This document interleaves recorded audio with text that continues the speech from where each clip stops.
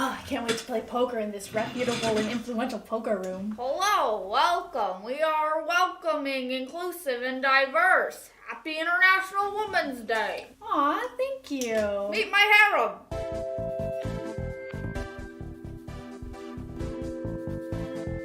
Happy International Women's Day. That's kind of misogynistic. Yeah, this is kind of misogynistic. You're fired, and you're actually hurting women by standing up to misogyny. That makes zero sense. That is not okay. I'm not standing for this. Well, as a straight white man in a society made to benefit straight white men, I think I definitely know enough about misogyny and marginalization to say that you're making shit up and you're a hoe. What the fuck, Daniel Poke? You actually have the power and influence to make a change Woke here. hoe! Misogyny doesn't even affect you. Therefore, it doesn't exist. Fuck. Now we have to address this controversy.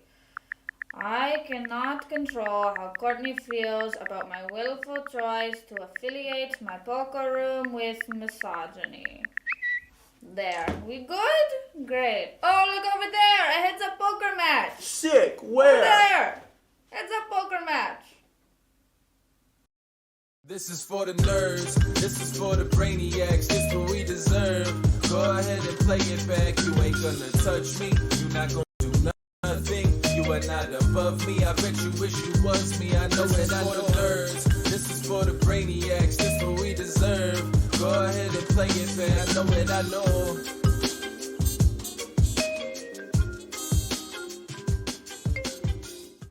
What's up, everybody? Welcome back to another episode of the S4Y VLOGCAST. This is episode number 33. Big shout out to my man, Greg Goes All In, with a funny bit to open up. And as always, I'm joined by my Dominican co-host. I'm only saying it with a question because you are a snowbird these days, hanging out in the blizzard streets of New Jersey. I figured you'd be on a beach somewhere by now. Thank you for that beautiful intro. I am Dominican, and I will always be Dominican. Oh, why that again? Well, it doesn't No snow matter there. where- It doesn't snow there. It does not snow. It's like being a Floridian That part and is true. yeah, it's like being a Floridian and traveling to New York in January. No matter where I go, La Patria sigue conmigo. So, I'm excited. I'm excited for today's show. We have a pretty full slate. We did open up with the Greg Goes All In skit. And that brings on, a little bit of a follow-up to last week's episode, right? It was major, controversy around the poker room, around the poker world with Vanessa Cade. And, we kind of ended the tone of last week's show. I was like, we'll see what develops, right? And I think at least what has developed is a little bit of the conversation's going, right? It's lurking in the background, and the reason I say that is because there's two things, right? We did see the funny skit from Greg Goes All In, but I think we also saw some tweets being fired out, especially from Kelly Minkin. So I do want to address her tweets. She had two tweets that came out. One about a situation that occurred with her in a WSOP event where she was pretty much assaulted, I would kind of say, right? She had ace king versus ace king. She four flushed her opponent, and this opponent put his hands around her neck, and nothing happened. And then she had a second tweet where she got a DM. This was very recent, and we're going to remove the person's name just because we don't want people to, go after this person in some sort of dox situation.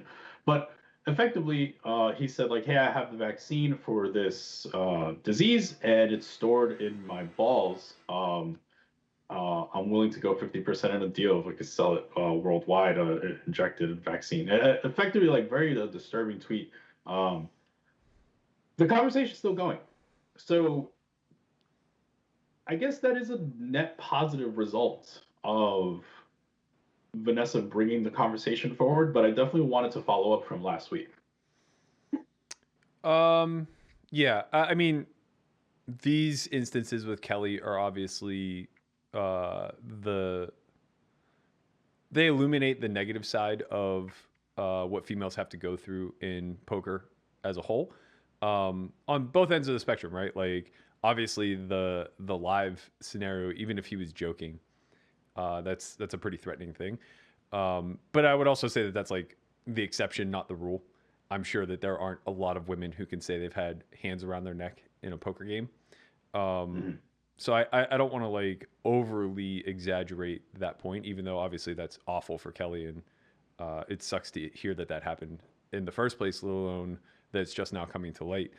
But I think the DM is a lot more exemplar. I think it exemplifies more so what goes on in our community as a whole, and more so just over social media, right? It's not just poker. This is just like how, I don't know, I don't even want to say men as a whole, but like how entitled people act whenever they are anonymous. And I mean, you know, it's pretty shitty. Like, it's difficult for us to relate. Obviously, I wouldn't be bothered nearly to the same degree because I don't feel threatened in that sense if a woman were to reach out to me in that regard. But that's just because the way the world is sexualized, it all is all eyes on girls, right? And rightfully so. They're the fair sex. We're disgusting individuals. And as disgusting individuals, you see behavior like that. So I think that it's great that the conversation is continuing. It sucks that we have to constantly highlight and illuminate all of the downside to being a woman in the poker community. I thought Jillian Epp, she's the hustler honey on Twitch. I thought her and her co-host had a really good long conversation about this topic earlier in the week. I want to say it was maybe Saturday or Sunday. You know, they did like a solid 2-hour pod, just kind of speaking to their side of like what they've experienced, and it wasn't nearly all negative. I know Jillian in particular, like, doesn't necessarily think highly of Blazarian, but like has had positive encounters with him. But you know, it's good that like, you know, we just kind of exchanged messages back and forth, and she was saying that, you know, it's illuminating for her to hear some of this negative behavior because that's not her perspective, right? Like she doesn't get treated that way. And I think that that's a big sticking point in this entire discussion, is that no two people's experiences are the same. But for those who have positive experiences, to overshadow or overlook the fact that the negative experiences are occurring is kind of just like turning a blind eye to an obvious problem. Yeah, I think that's one of the major problems, and I've had that discussion too, where it's a lot of women have been treated fairly well, right? But again, I always try to like relate it to like, because it didn't happen to you doesn't mean it doesn't necessarily exist, right? It's like I haven't experienced that many situations of racism, but you know, unfortunately, even with one of our own people, like Caleb, and you know, I was going through the comments and it was like one person was like, "Oh, when I see a minority, I just like unsub," and I was like, "Wow, that person is not like I wanted to ban that person from our channel." You know? Yeah, my initial instinct was to clap back and show them how disingenuous and contradictory they are. I just wanted to be like, you know, Chin's a minority, right? But then I was just like, I'm kind of like feeding the trolls if we reply this way, so I just let it, like, I kind of just ignored it. Yeah. And I, you know, the reason I saw that was because Vanessa had a post where she's like, "Hey, just like post all your experiences that in this situation, in this thread." And I saw Caleb post it, and I was like, "Oh my god!" Like, so I went and I saw it, and I was like, "This is insane," right? But I guess I am happy to see that the conversation is going. In that the conversation being around is a positive event at the end of the day. Like it's not like, you know, it faded to the oblivion. Of course, it's not going to continue to be front page news, right? Because the news cycle keeps going. Look, a heads up match. Right. Over there. Yeah, exactly. It's like, oh, Fedor beat Limitless. Did you guys tune in? And there's another one coming out, and all these things. So it's great. I mean, obviously things are going to keep moving, but it's nice to see that the conversation continued. Speaking of conversation, have you seen this new app, Clubhouse? Yeah, but it's only on iPhone, so I can't use it. That part is true. And before we get into that conversation, I do want to remind you all to please like and subscribe. Don't only subscribe to Clubhouse, subscribe to our channel. It does help the algorithm if you subscribe, like, or leave a comment below about all the things that we speak about. And it's a free way to support us. You know, we're not even asking for direct sponsorship, but it might help us get a sponsorship one day. All right, so Clubhouse. The reason I bring up Clubhouse is because the way that they operate is kind of something that you've alluded to previously. So Clubhouse is an app where you're effectively dropping into a conversation. Of course, you can be there when it starts, but you can also drop in. So how it works currently, at least, is it's an invite only, but they're working on it being open. So let's say, for example, Oprah is scheduled on Friday, right? And it's like Friday, 4 p.m. Oprah's scheduled to speak with this one person. You would get a notification of that, and then you come in and it's an audio situation. So imagine like a podcast and a panel, like a live panel put together, right? And that's what it is. And let's say, for example, in this format, you are an audience member and you have a question. You would raise your hand, and if one of the panelists deem you like worthy, you join the panel, and now you are able to ask this question. You're not allowed to ask via typing or anything. You have to actually verbalize your question.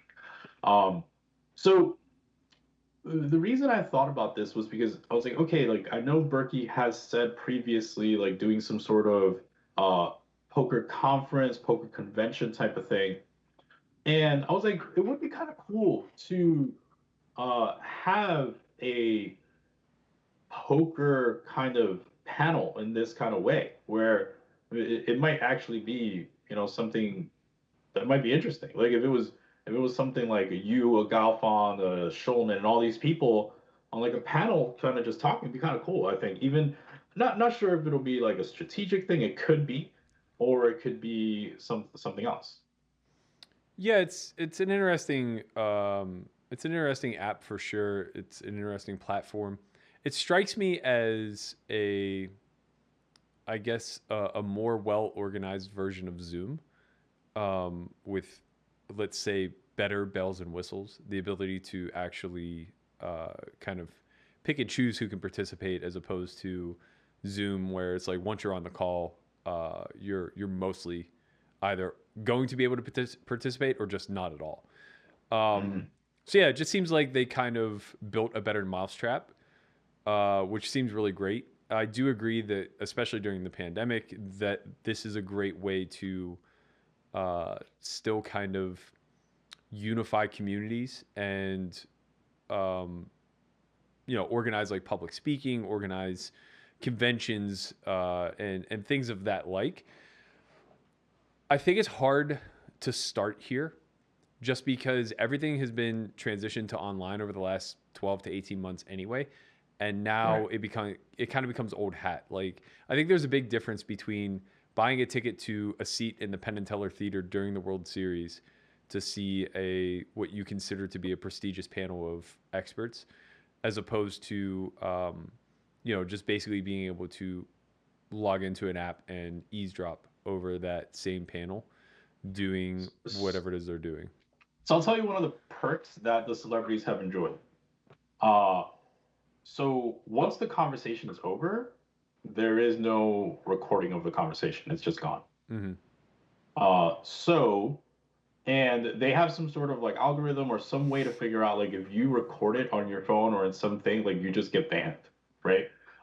So Bow Wow was one of the first celebrities on there, and he was just kind of going on how he was discovered and how there was a lot of misinterpretation that Jermaine Dupri was the one that discovered him, but it was actually Snoop Dogg, and like, he effectively like laid out everything. So celebrities seem to have a pretty open way to like speak about things without being like directly on record all the time. So it's kind of an interesting platform in that way, where it's like the conversation's on and then it's gone. So it's a little bit of like, and because it's invite only right now, it's one of those where it's like there's some exclusivity to it, and there's like a little bit of hush hush because you can't really hear it again. So that's fine, but they're not gonna keep it invite only forever. Now, some of the problems that I think this app has, and some of the like the VCs and stuff like that that are obviously it's like a hot topic right now, so people are kind of talking about it, is that it lacks a little bit of interest in continuing to open the app, right? So one of the things about Instagram or Twitter is that it continues to have interest throughout the day, where like you open the app and there's something new to look at. Mm-hmm. In Clubhouse, because their biggest people only are like scheduled once a week. So like let's say Oprah, like she's only gonna go on once a week. She's not gonna be there every day, right? Same thing with like Kevin Hart, Drake, these like big names that they had. When they're not on, you need to find something else. And if these are your big draws, like they're not always going to be on. So it's a little bit of a problem in terms of like getting people to continuously open the app. Whereas like something like Twitch or something like that, like the big names are just on like 40 hours a week, right? Yeah, they're just like continuously streaming. So there's a little bit of problem in terms of that. But I don't know, it just intrigued me because I thought like having this panel is still kind of nice for poker. Not sure if audio form is the best way, but I thought it was something that would intrigue you. Yeah, I mean, I think the big draw for the app is to develop out the way Reddit developed out. Like you want it to turn into a bunch of sub communities where you don't have to rely on the big name or the big draw in order to get people to click the app, right? So you just want basically somebody to be hosting some conversation on some major talking point, and then from there you just want there to be effectively sub threads where people will host smaller groups and continually on down the line. Yeah, it seems like a pretty decent top-down model where you start with these big names that will then create subgroups which should splinter off from there. It's effectively just that, right? It's a different version of a digital form of a digital forum, where instead of long form writing, you have long form conversation. The only difference being there's no real record of it. So I would anticipate that changes. I would anticipate that they shift into a model where the conversations don't disappear. It seems like either there's value or there's not in the conversation, and to me the implication is by not being allowed to record it or for it to just like disappear into the ether, it kind of implies that it wasn't that important to begin with. Well, they have the recording. I see. So it's interesting. Like they have the recording, but you're not allowed to. Right. Okay. Yeah, that makes sense. So maybe they're planning to do something because they own it. Well, they should just launch a podcast network off of it. Obviously. Right. Like that's a no-brainer. Yeah. Have you seen Twitter? Have you seen this? Like, so I think that Twitter is very likely to eat their lunch, and the reason I say that is because I've seen the conversations, like these big group conversations, happening on Twitter. Mm-hmm. So. We were kind of speaking about Jason, from the All In podcast on I believe it was last week or so. But basically, he was banned from Clubhouse. Okay. Because he was being critical of like some of the things like people were putting up in terms of coaching, etc.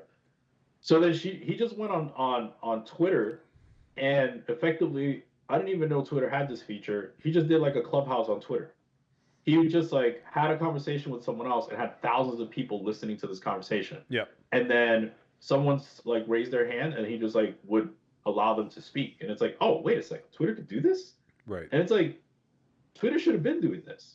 Yeah. Or maybe it's just like a feature that people don't really know. But well, it's difficult though. Yeah, but it's difficult. That's not Twitter's business model, right? I'm not saying that they couldn't expand out into that, but it makes it a challenge just the same way that like their business model's not fleets. Instagram was able to compete with Snapchat. I don't think Twitter will. I think Snapchat's dead. Yeah. Snapchat's not dead, bro. It's a multi-billion-dollar company. I don't see the long path for Snapchat. I mean, I was shocked. We'll get back to I was shocked whenever they turned down the original $3 billion offer or whatever, but I think they valued it like 20 billion last, or 10 billion, something along those lines. Whatever it was, I know that the offer they turned down ended up being smart. But in any event, the whole point I'm getting at is that Clubhouse rivals TED Talks. It doesn't rival Twitter or these other medium form forums or platforms. I think that, yeah, like this, if they own the recordings and nobody else does, this turns into a rival to Spotify or a rival to TED Talk, the website, or even maybe a rival to YouTube. Nah, maybe not. More so like Apple Podcast or something like that. Because effectively, effectively, like they could just instantly become one of the biggest podcast platforms around because they have all this curated content by elite people that everyone wants to listen to. I mean, they would have to pay them a lot, right? Well, I don't know. If they own the recordings, no. Yeah, it's interesting. Like, I mean, they could have just duped them. We're gonna have to start paying attention to the terms of service. Like, right, that's what I'm saying. Like, they could have just duped them. They should have been like, "Oh, you want a big platform? Here, be the first one to come on Clubhouse, but we own the recordings, and we're just not going to put that in big bold letters." Yeah, I mean, that would be really bad PR though. If at some point they were just like, "We're just gonna release all this stuff, Bow Wow and Oprah's gonna be like, no." Yeah. Yeah, really interesting stuff in that scenario. So we have a guest today, by the way. Okay. Did you know that? I did know that. I don't know if I snuck it in by you. Do you know Derek Wolters at all? Not personally, but I know of him. I've probably known his name for 10 years or so. So, yeah, I was excited because he posted a tweet this week, and he was like, "Hey, like I'm down a little bit, backing people, and ask me anything," type of thing. And I was like, "Oh, well, maybe I'll ask you anything on our podcast because I'm interested, right?" And the reason I even asked him is because I think that, we like all the backing conversations have been done by you pretty much on this podcast, right? But like through the lens of mostly being the backee, right? When you were like backed for these like super high roller cash games and stuff like that. But never through the eyes of the backer, right? Like neither of us are really like in the backing business. Sure. We might back a horse here and there or something like that, but not something where it was a backing business. And honestly, our audience, like, they love this conversation, right? Why do you think that even is? Like, they love talking about backing. I think the business side of poker is very kept quiet. It's something that's like kind of swept under the rug. We all know that people are doing business, but we just like never really know what those deals are. And I also think that like, for people on the come up, they want to know how the hell to get financed. And I think a lot of people by default understand that getting backed is a reasonable path, but nobody really knows what those terms and conditions are. Nobody really knows at what inflection point it no longer becomes the most profitable path. A lot of people just say, like, I don't have enough liquidity to play what I want to play, so I'm going to find a backer who will give me the liquidity. And then they leave it at that, not really considering the risk reward benefits. All right, so we have Derek Wolters here. Welcome to the show, man. I was pretty excited when I got to message you, and I was like, "Hey, like, do you want to come on the show?" And you're like, "Tell me about the show first." And I was like, "Okay, like, I'll tell you." And then you agreed, so I was really happy. So, all right, so we're joined by Derek Wolters. We had a pretty brief conversation before you jumped in about backing. Berkey was talking about people getting financed and things like that. I was pretty excited when I DM'd you and I was like, "Hey, like, do you want to join the conversation?" And you were like, "Tell me about your podcast." And I was like, "Okay, well, we talk about everything." So you were like, "Okay, I think I fit in." And then I went through your website and I was like, "Oh man, there's a lot to talk about." So I know you from poker, just like the longevity, like every not every summer, but often in the summer, you tend to buy action, and I see you in the mix. I try to like sneak in a couple buys before you get in, uh, but tell people a little bit about like your poker history. Yeah, for sure. Um, so, yeah, I've been playing poker professionally since before Black Friday, a couple years before that. Um, was doing that full time for a few years. Then I started buying action in people, like just percentages of live tournaments, like you mentioned. I did a bunch of that on 2+2. They used to have a marketplace on those forums, and just buying from my friends. Um, and so, yeah, I did that for a few years, had some success with that. And then that's when I got into like full-time backing, like makeup deals, which, you know, felt like a pretty logical progression to me. I had like built up some money and was like, okay, what's the next thing? What are we going to put it into? So then I started backing people full-time. That was around 2014. And ever since then, I've kind of been like part-time playing poker myself, and then the other part-time like really working with these players I back. So this is like one of the more interesting topics for our entire audience, like having someone that is in the backing scene. So when I went through your website and stuff like that, like there was a couple of things that I was like, wow, I really just want to ask him this and just listen, right? So you said there was 3 types of backing deals, and it was like harmony, rent seeking, and free rolling. So can you walk me through like each one of these situations, like in your thoughts on them? Yeah, for sure. So for me, that's just the easy way to break down how a deal is going. Ideally, you have a harmonious agreement between the backer and the player, which is, you know, the backer has invested a bankroll with that player, maybe $10,000, $20,000, or maybe even more. And ideally, they're providing some value to that player from coaching them, mentoring them, just adding value as well as adding the bankroll. So that's a positive in the player's favor. But then in order for it to be harmonious, like the backer needs to be getting paid back for that. They need to be getting a return on their investment. And so that means that the player would be playing enough volume. They would be studious. They would be working on their own to improve themselves. They would just be winning, you know? Yeah. So that's what every backer is shooting for when they start out a deal. But I mean, through my experience, it takes a lot of work to actually arrive at that balance. And so then, yeah, I have the other 2 types of deals, which I call rent seeking and free rolling. So Yeah. rent seeking would be, that's where the backer is profiting off of the player, but they're just not adding value for them. So what would that would look like? Maybe a live poker player at my local casino that plays 3-5 no limit, like a solid winner that's maybe making $50,000 or $100,000 a year, and Right. and you know, I would just be providing them with a bankroll. Maybe I wouldn't be coaching them or talking to them often, mentoring them.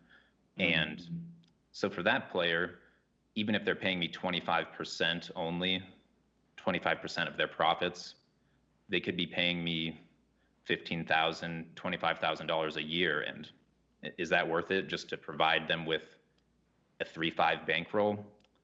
You know, maybe it's not. So I would see that as someone who maybe they shouldn't be getting backed. They would be better off with some other sort of deal. So I call that rent seeking.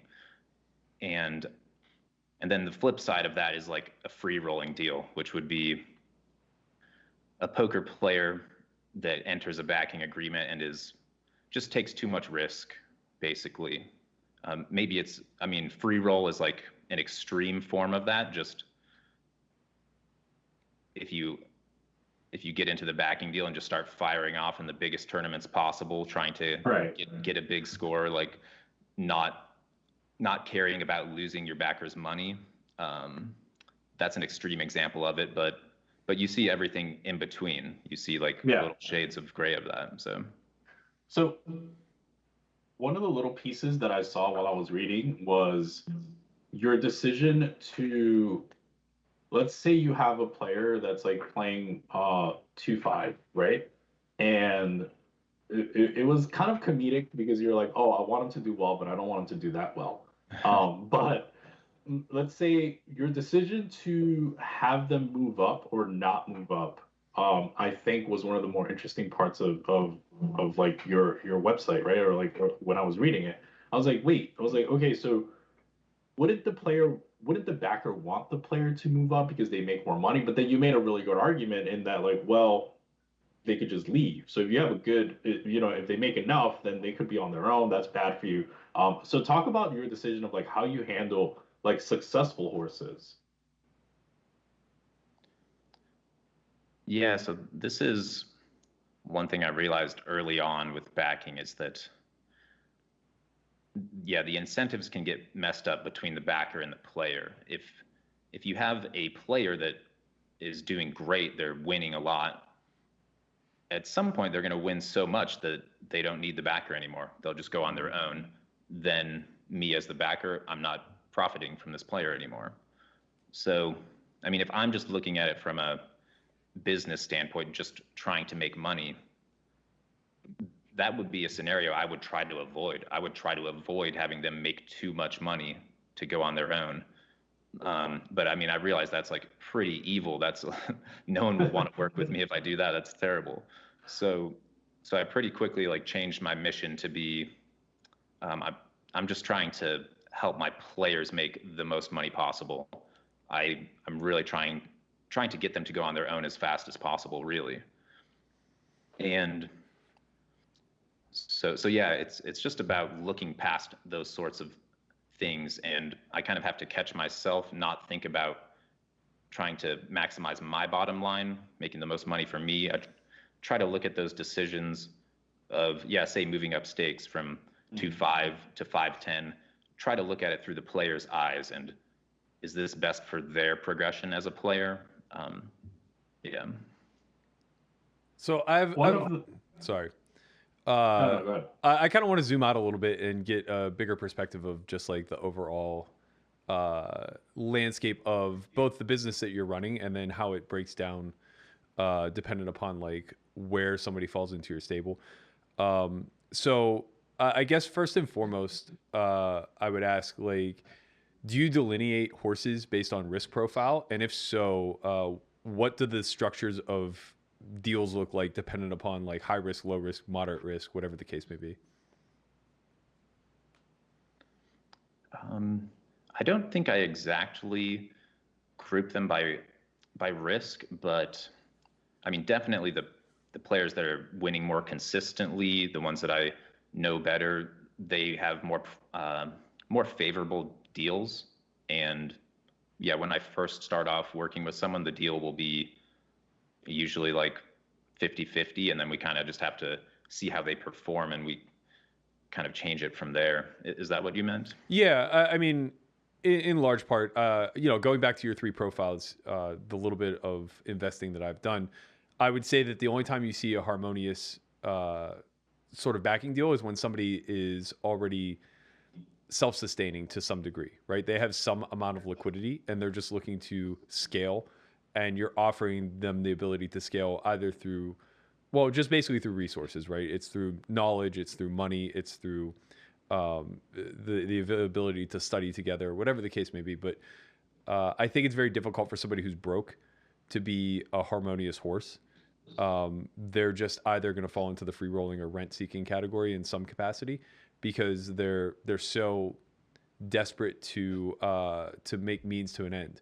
And what I found, particularly with like makeup deals, I'm curious to hear your thoughts on why you go with the more standard 50-50 with makeup, because what I found is that you don't really create independence that way.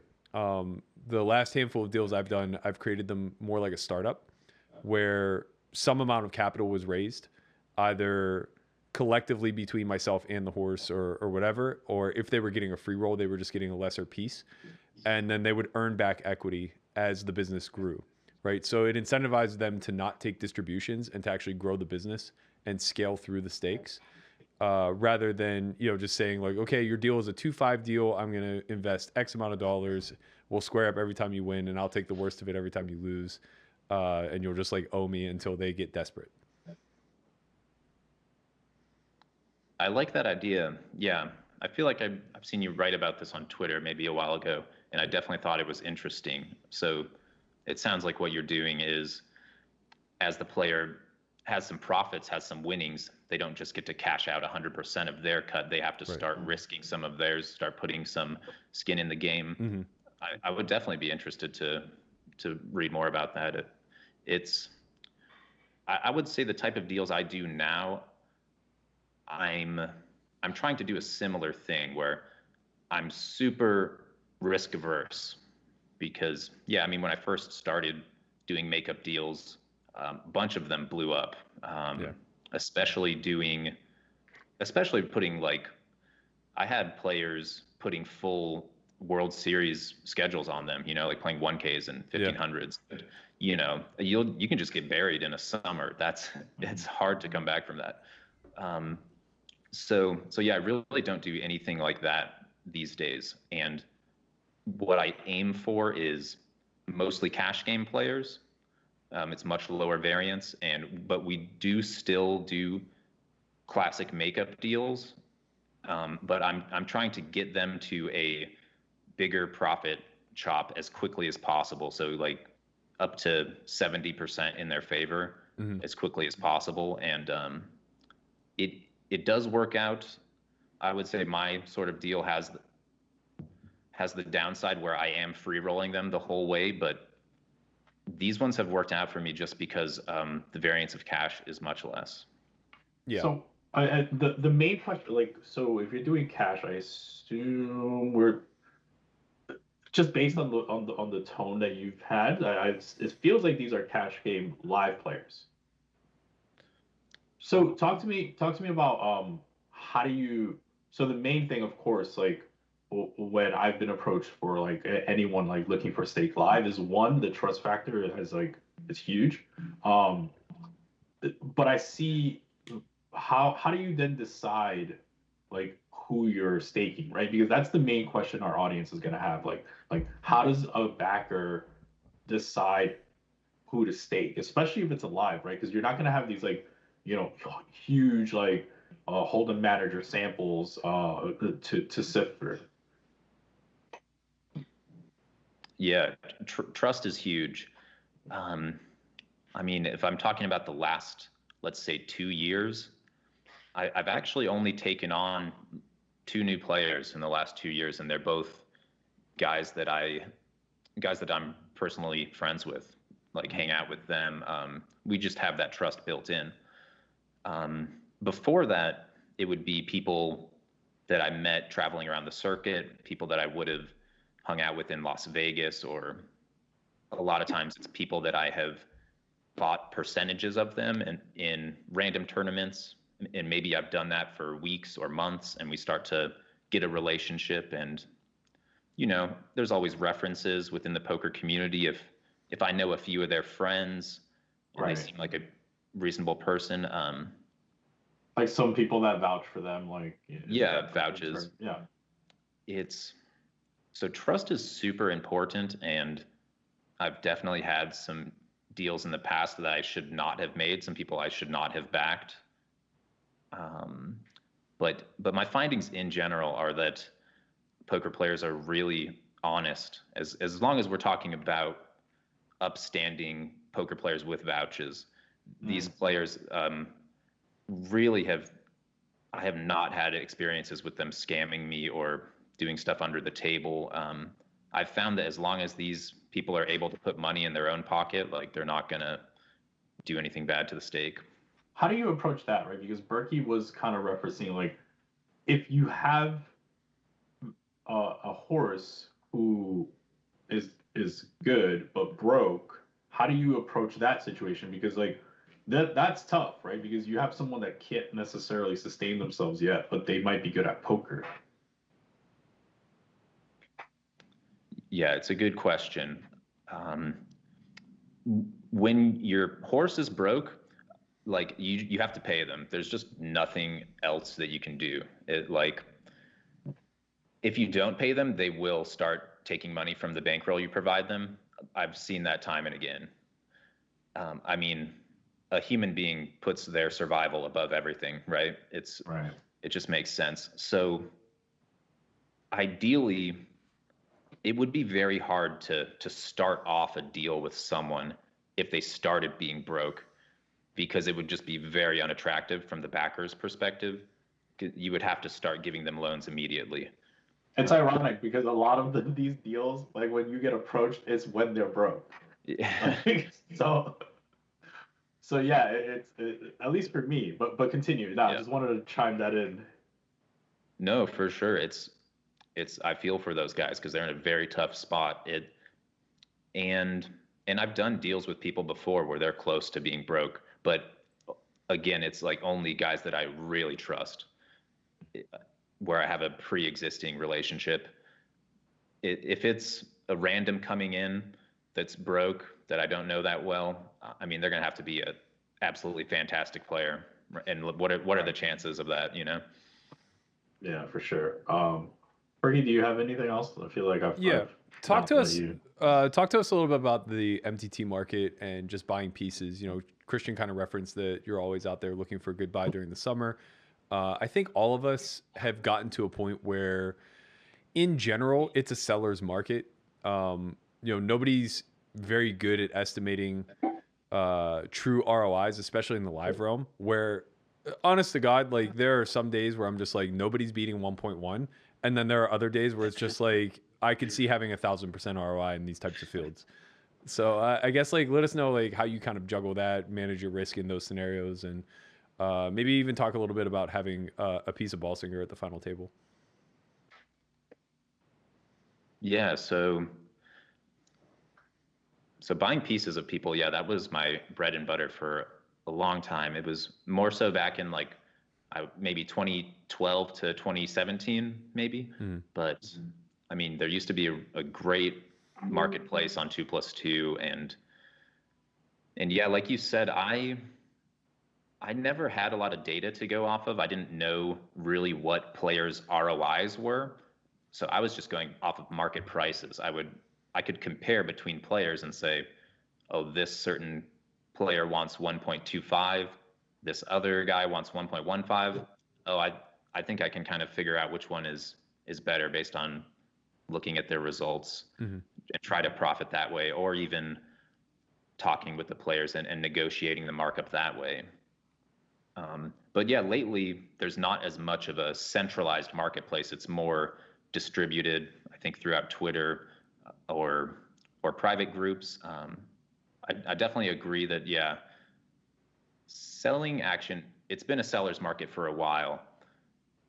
Just like the product that these poker players are selling, you know, if it's 10% of a World Series main event, that's a really fun thing to buy. Yeah. You know, it's just going to get a premium. So I try to stay away from that. Like I try to take it really seriously and not buy things just for the sweat of it. And yeah, honestly, it's led me to not buying so much action in the last couple of years.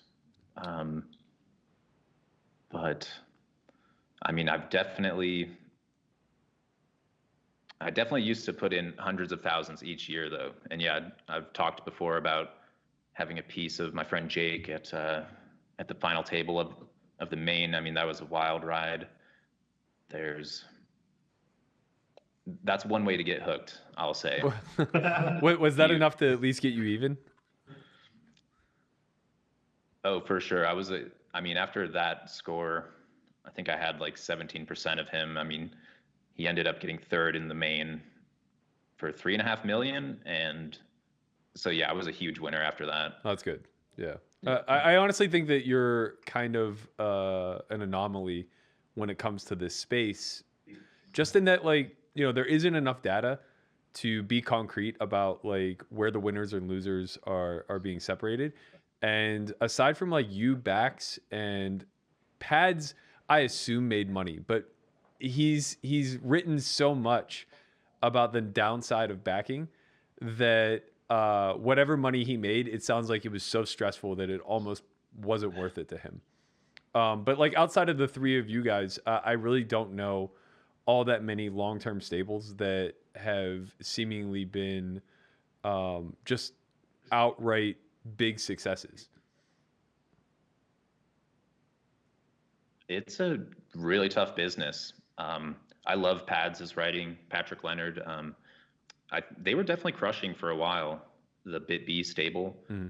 Yeah, not sure how they've been doing lately, but yeah, and honestly, my stable has not even really been a success.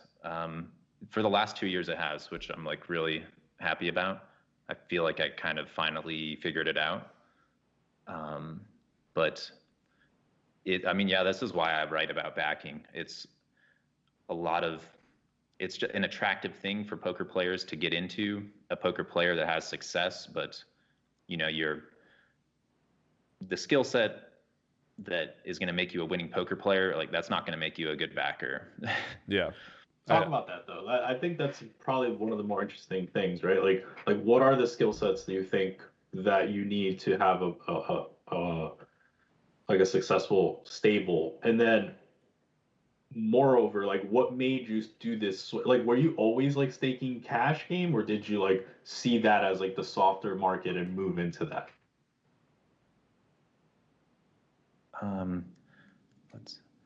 I've always backed people for tournaments and cash, but I mean, most of my playing in poker has been tournaments, so that's kind of, I was more drawn to tournament players because those were more of my friends and stuff. But yeah, as far as, I mean, getting into backing just kind of as a clueless poker player, it's like the classic situation where the great salesman in a business like gets promoted to a manager, and it's like, oh wow, these sales skills, they don't make you a great manager. And so yeah, I mean, that was definitely my story in the early years of backing. Like I kind of assumed that all the players I backed could manage themselves, because I mean, that's what I did as a poker player. I could always manage myself. So I was like, okay, I'll just give these guys money and like watch them go. And it's like, that's just not how it is. The players that seek out backing deals, you know, they're seeking out a backer for a reason. They need the guidance for sure. And so, yeah, I just wasn't equipped to do that early on. I kind of had to learn how to be like strict with people, how to communicate better, like set real boundaries. You become a parent overnight. It's it's funny that you say that. I feel like this is like I feel ready to be a parent now, and I was not before. Yeah, totally understand. Like a lot of the responsibility gets shifted onto you because it's your money. So like you are the one who's most responsible in a fiduciary sense. And it's really hard to transpose that onto people who are, you know, like you said, kind of seeking a means to an end.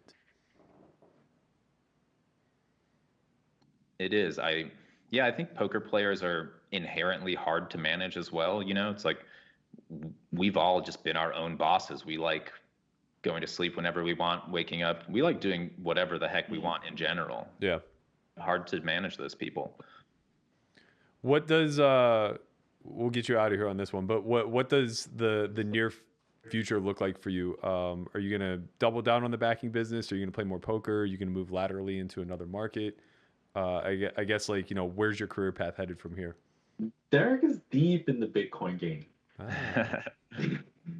I was last cycle, was deep in the Bitcoin game. I've been more of a passive holder this cycle, which has been good for me, I think. Yeah. But I am actually looking to go laterally.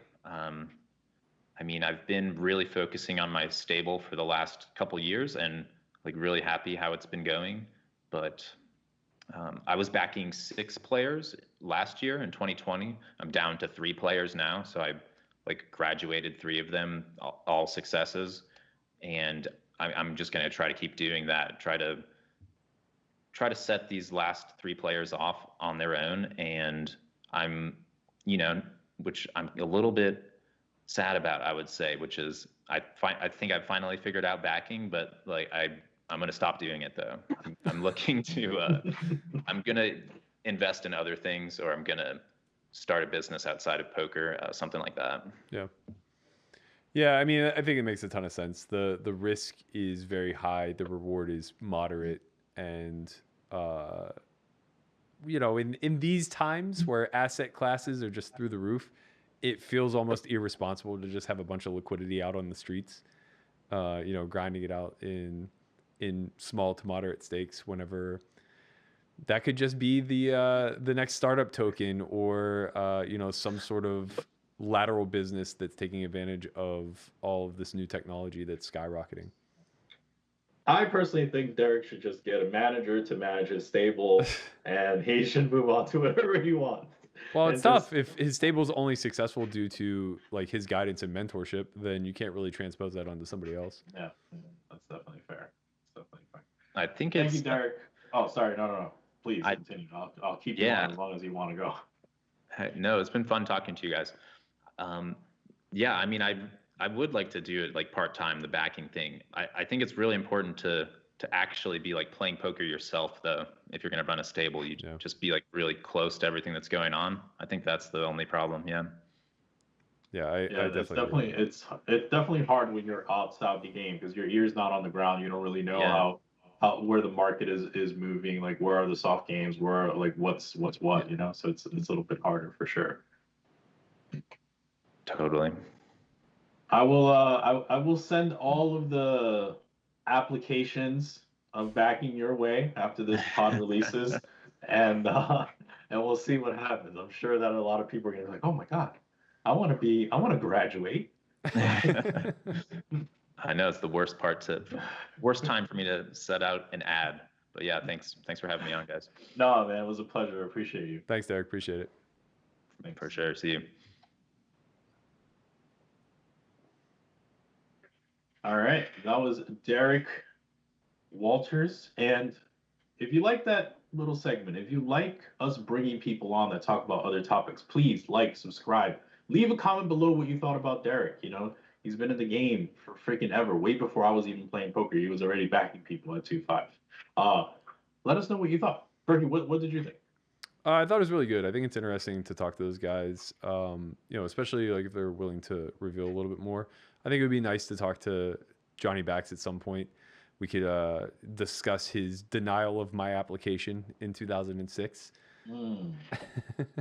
Maybe 2007, something like that. But yeah, I mean, I think that the thing that people don't understand is that the backing streets are really difficult.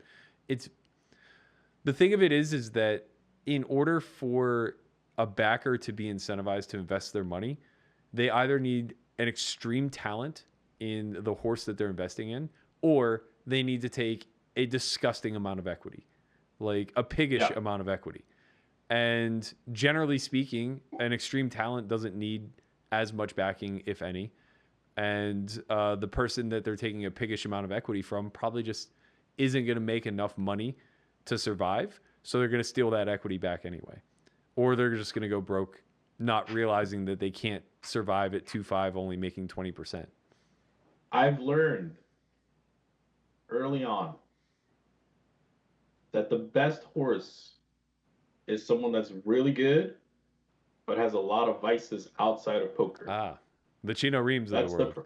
That's the person you want to back. Sure. Whoever, preferably not drugs. Yeah. But like other things. Like maybe he just has maybe he likes a couple of nice ladies that he pays a little bit, Sure, that's fine. Sure. Because he keeps coming back to the deal and he keeps playing. Or, maybe he has a little bit, you just want to avoid alcohol and drugs. But if he has anything else, that's fine. Like, because he'll never be able to get out the deal. Well, you But don't he'll really keep want him winning. to. You don't really want him to have a problem in the pits. I think that's The worse. pits is I think that's as worse long than as it's not alcohol and your- drugs. Okay. I think they're Let's less see what likely to you're saying. steal for alcohol and drugs than they would be for the pit. They can just afford alcohol and drugs, but like, you know, they lose 10K playing 10-20. Suddenly, your 100K bankroll is sitting on red, and it's like, what kind of fucking idiot would bet red? Obviously, it's coming up black. You know, Yeah. that's it. I thought, Torched. I thought, you know, like some of the things that I was reading about Derek, it is interesting when your horse wants to move up, because you're taking on more risk, and the incentive for you is not really there. It's one of those where it's like you take on more risk exponentially, and if they succeed, they have a role now and they could leave. And if they fail, You have to look at it in the now- counter, though. Yeah. If you don't move them up, you're taking too much of their win rate for them to stay with you and survive anyway. Yeah, that's true. That's true. The backing streets are dry, man. Maybe we need to get into that game. No, we don't. We definitely do not. Apply here. If you want a backing deal, leave us a comment below. Let us know your credentials. Just be like 25 10BB HR, Hard Rock, Florida. 6'2", 2'9", like you know, like whatever it is you want to tell us about yourself. You know, maybe you let us know, man. I might be looking for a horse. I don't know. I'm You not. I'm out. I want nothing to do with the back. You know, streets. one time we backed this nice young fella, blonde hair and everything, goes and fucking plays 20-40 without our permission. Dusts it. That was probably the last day I said I was gonna back anyone anymore. I was like, this fucking kid's 40-80, like, I'm like, what? I don't even know who you're referencing. It could be like one of Nice. many people. See, we're bad backers. No, because they've all been profitable. Yeah, but they keep doing this. Yeah, well, you said you want people with vices. That's fair. That's fair. But yeah, I mean, it is what it is. Yeah, I thought that was a great talk. It's always interesting, and I think that our audience really enjoys like seeing it from the business side. Like, what is a backer? I definitely wish he would have expanded on like what are the things he looks for, right? Because I think that's really what I mean, ideally, like you just want a really good goldfish to just land on your lap. Yeah. It's like great at poker and like, you know. Yeah. Just like a Landon lands on you. Like that happened to us. Yeah, we got lucky. Well, we'll see. He has a big match coming up. Might fucking lose $1 million. All right, so you finished your fitness challenge. It was kind of like a life/fitness challenge, right? It was me supporting other people who were doing challenges, but yeah, we got in the mix. So here you see day number 2 and day 75. You look happier. Well, I said I wouldn't smile till day 75. Okay. I was the exact same weight in both those pictures, 195. And this is my DEXA scan. This is the last one? Yeah, this is today's. Okay. I mean, you look like you have pretty nice definition in your arms and stuff. How much do you feel better? I feel a lot better, obviously. How much body fat do you think I lost? In 75 days? Yeah. Probably like 1.5 points. 0. It's 0? 0. Did you lose weight? Yeah, no. I didn't lose a single ounce. No, you just said that. Sorry. Yeah. That's weird. I mean, your body composition looks different. Yeah, my body composition is obviously very different. To be fair, the last time I got measured on the DEXA wasn't 75 days ago. It was a year ago. So there's a chance that so there's but it seems relatively unlikely because a year ago I was hurt, so I wasn't working out. So the last time I got measured, I was actually injured. I sent Andre like a picture that I took from the last time I got measured too. And it's comparable body composition. and comparable weight. I think I was 196 and a half the last time I got a DEXA. So yeah, essentially I lost a bunch of fat from my midsection, but the scan was reading that I also lost lean muscle mass from like my legs and my back. So I don't know. We'll see. It could be because. What are the? Good. No. Continue. I want to finish this. Well, I was gonna say it could be because I didn't do a bulk. So rather than spending 10 weeks really trying to pack on muscle, I kind of like skipped over that phase and jumped into I don't know if you want to call it a mini cut, or it was basically just like I skipped over power work into strength training. And my aim wasn't necessarily to build more muscle, it was to lose fat. So I was doing a fair amount of cardio and things of that nature, which in turn, you're just going to lose a little bit of lean muscle mass along the way. But it looks like you lost some visceral fat though, right? My visceral fat's been 0 always. I guess like trunk fat. Yeah, I lost a lot of. I lost like 2.8 pounds of fat in my midsection, like around my hips and stomach. But I also lost like size in my legs. I lost like 2 inches in my thighs.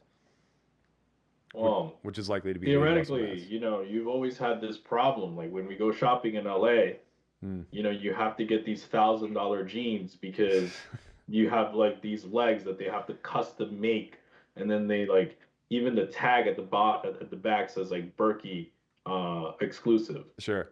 The scan actually confirmed what I believe to be true. My torso is abnormally long and my legs are abnormally short. So my torso to leg ratio is 1.25 to 1, which is just weird. Like 1.1 to 1 is common. And should have been a bull rider. Usually I think it's the inverse. I think legs are longer than torso. I think you're built to be a bull rider. Why? It makes sense. Why a bull rider?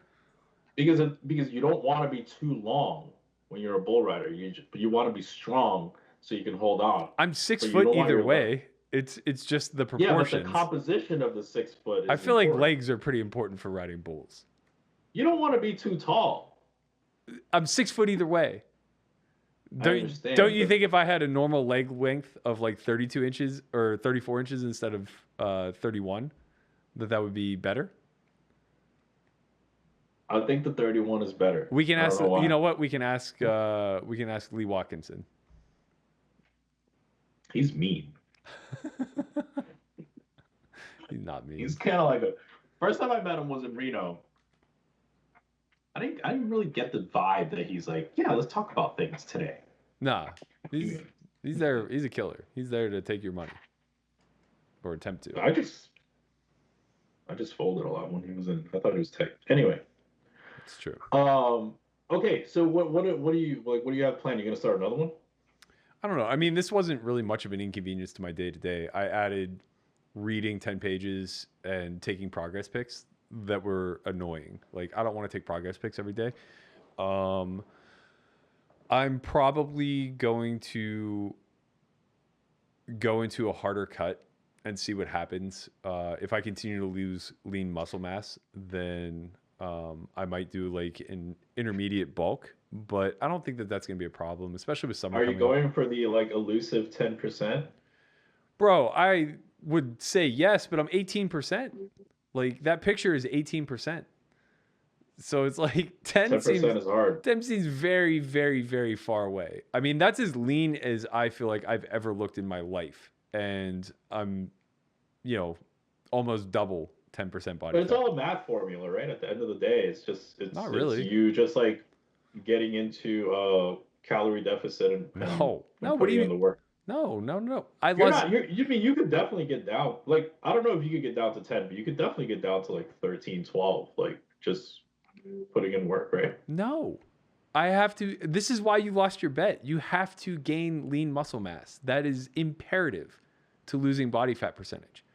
If as I decrease my size overall, I'm also losing lean muscle mass, it's not gonna register.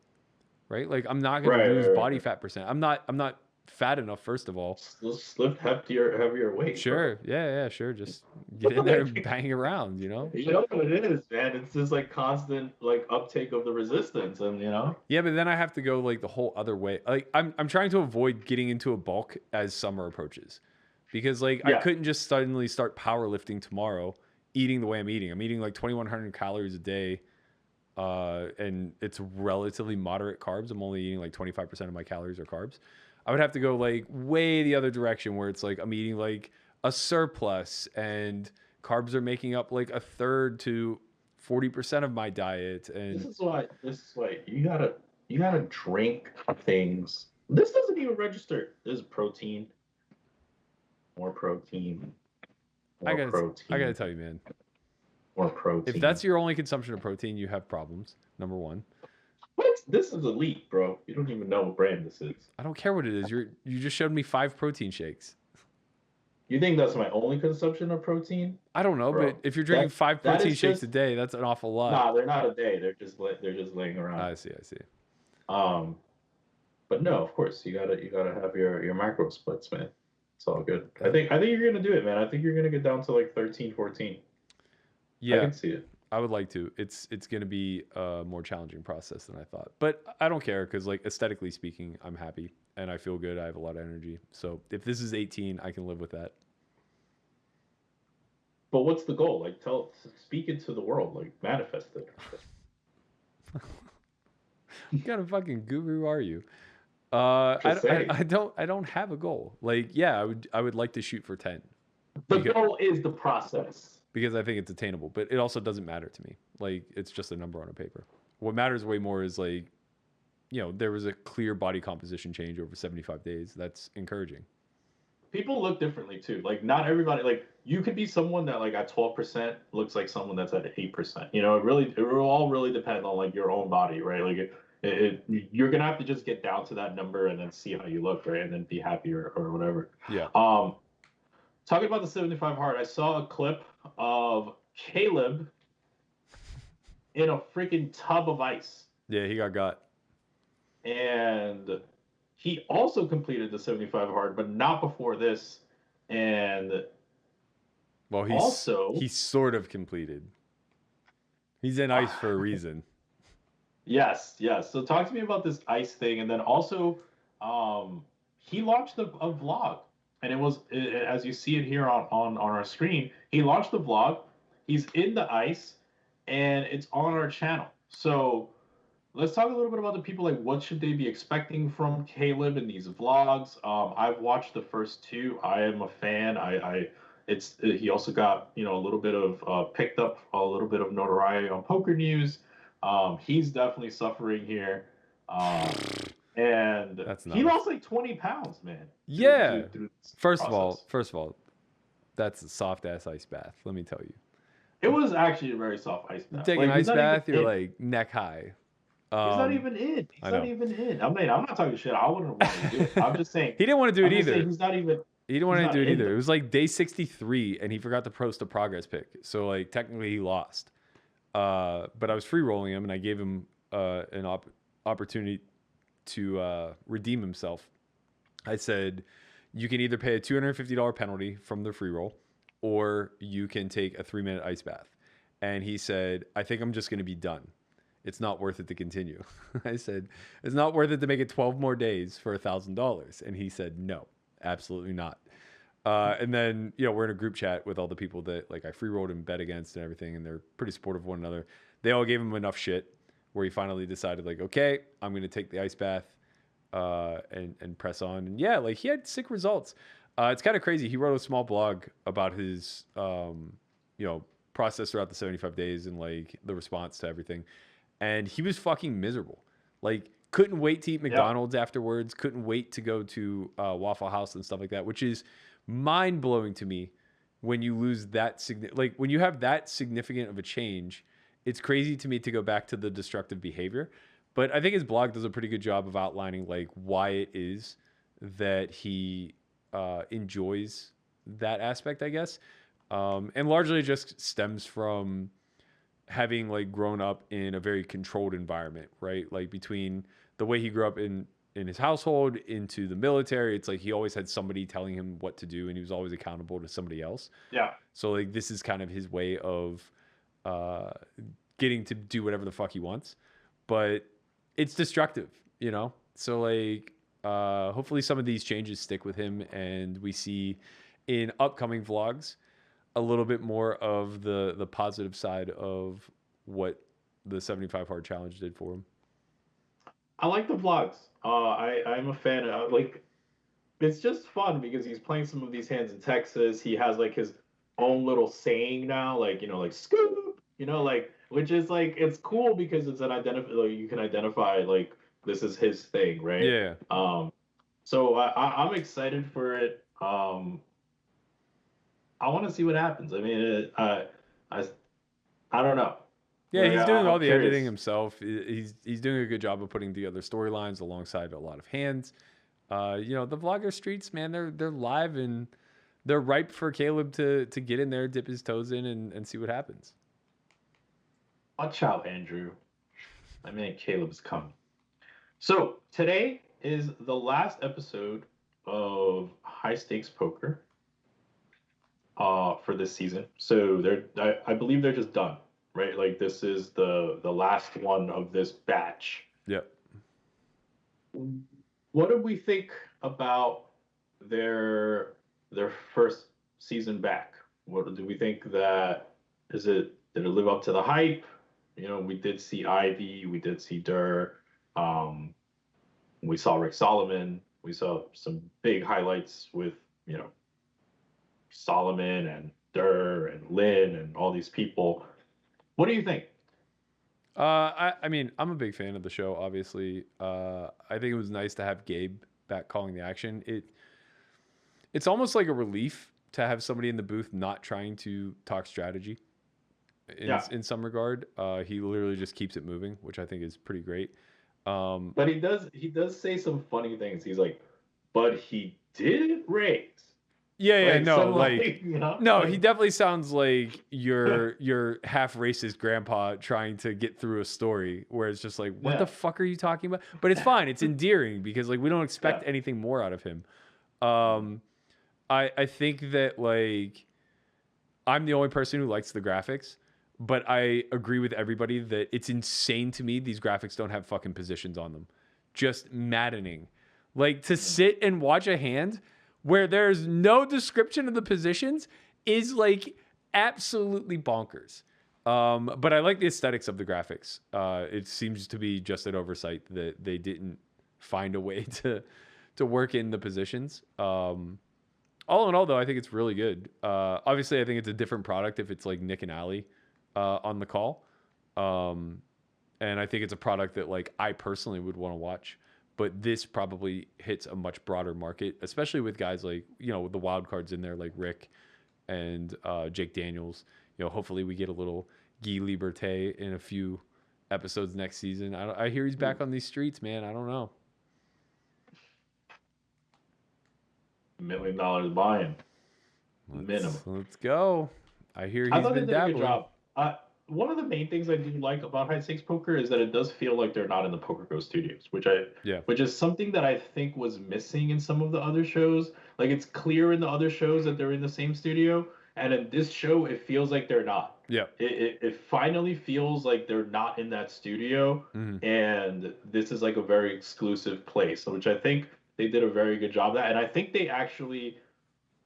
Probably it was deliberate. Yeah, for sure. They wanted to create that like living room vibe again from the old High Stakes. Yeah, I think so from too. like Golden Nugget, you know, like back in the day. In terms of the cast, I thought they did a really good job. Obviously, getting Durr and Ivy were probably like priority number 1 and 2 for them this year.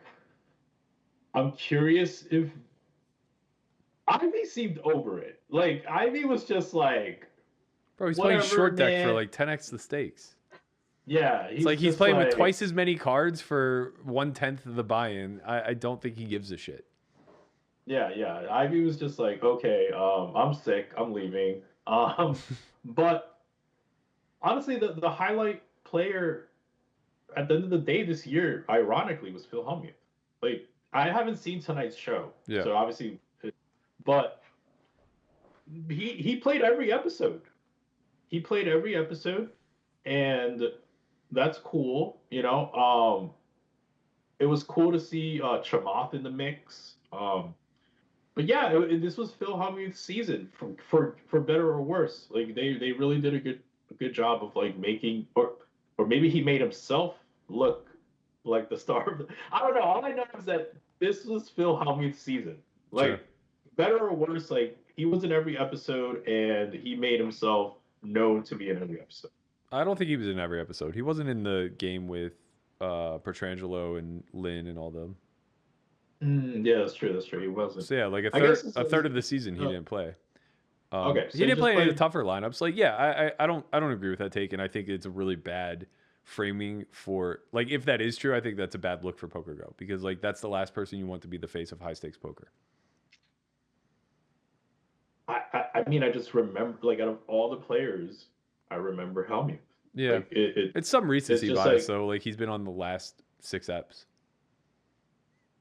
He has been on the last 6 episodes. That's true, but he's also been on more. Like him and Durr have probably played the most out of all the lineups. Yeah, I think that's true. That's definitely true. I'm pretty sure Durr actually did play every lineup. Yeah, there's a chance Durr played every lineup, right? Yeah. There's a chance Durr played every, but he's just.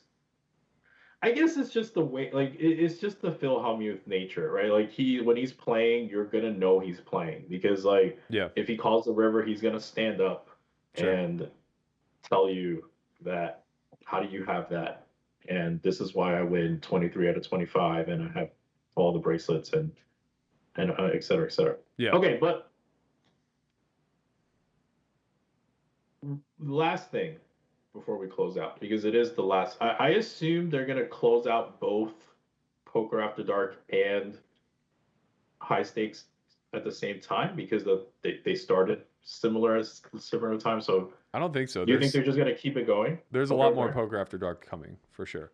There's still a season that myself, Jeremiah, and Shulman played on that hasn't been released. That's going to be 2 or 3 episodes. And then they Okay. just did all this other filming a month ago that is like another nice. 9 episodes or something like that. What do you think they can do to bring up that show? Because at least for like, I'm a fan of both shows, but I feel like one show is definitely like, I know it maybe is meant to be this way, but before both shows were like rivaled each other.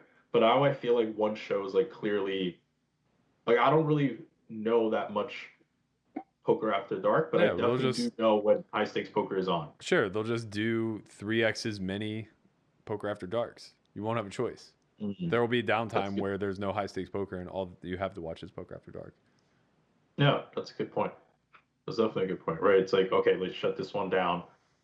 Yeah, You're a I poker don't fan. know what their strategy is, but I think the intention is to have very little downtime with Poker After Dark seasons. Like I think that they're trying to run it, January to December with very little downtime, maybe just the World Series in between.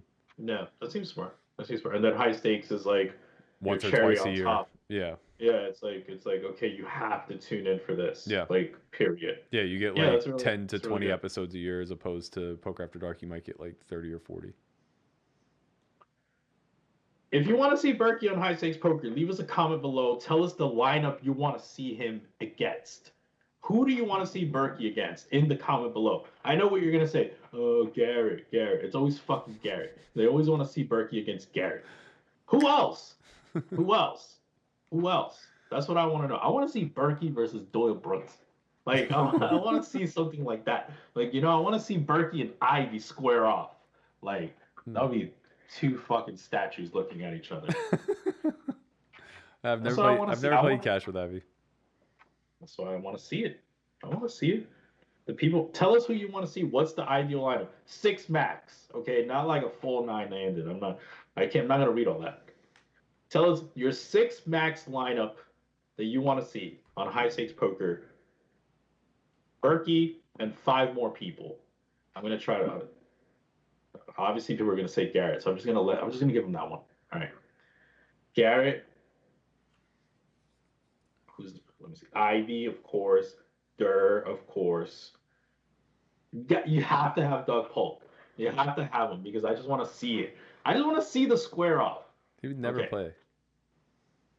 Okay. Garrett, Dur, Ivy, Doug. Is that 4? Okay, we got 2 more. Ivy, Dur. Yeah, okay. Garrett, Ivy, Dur, Doug. 4. So we need 1 more. 1 more? I only have 1 more. That'd be 7-handed. 1 more.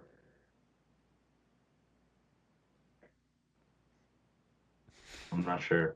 I have to be Doyle Brunson. I'm gonna leave it with Doyle Brunson, and let us know what you all think. And with that said, please like, subscribe, and I hope you enjoyed the show.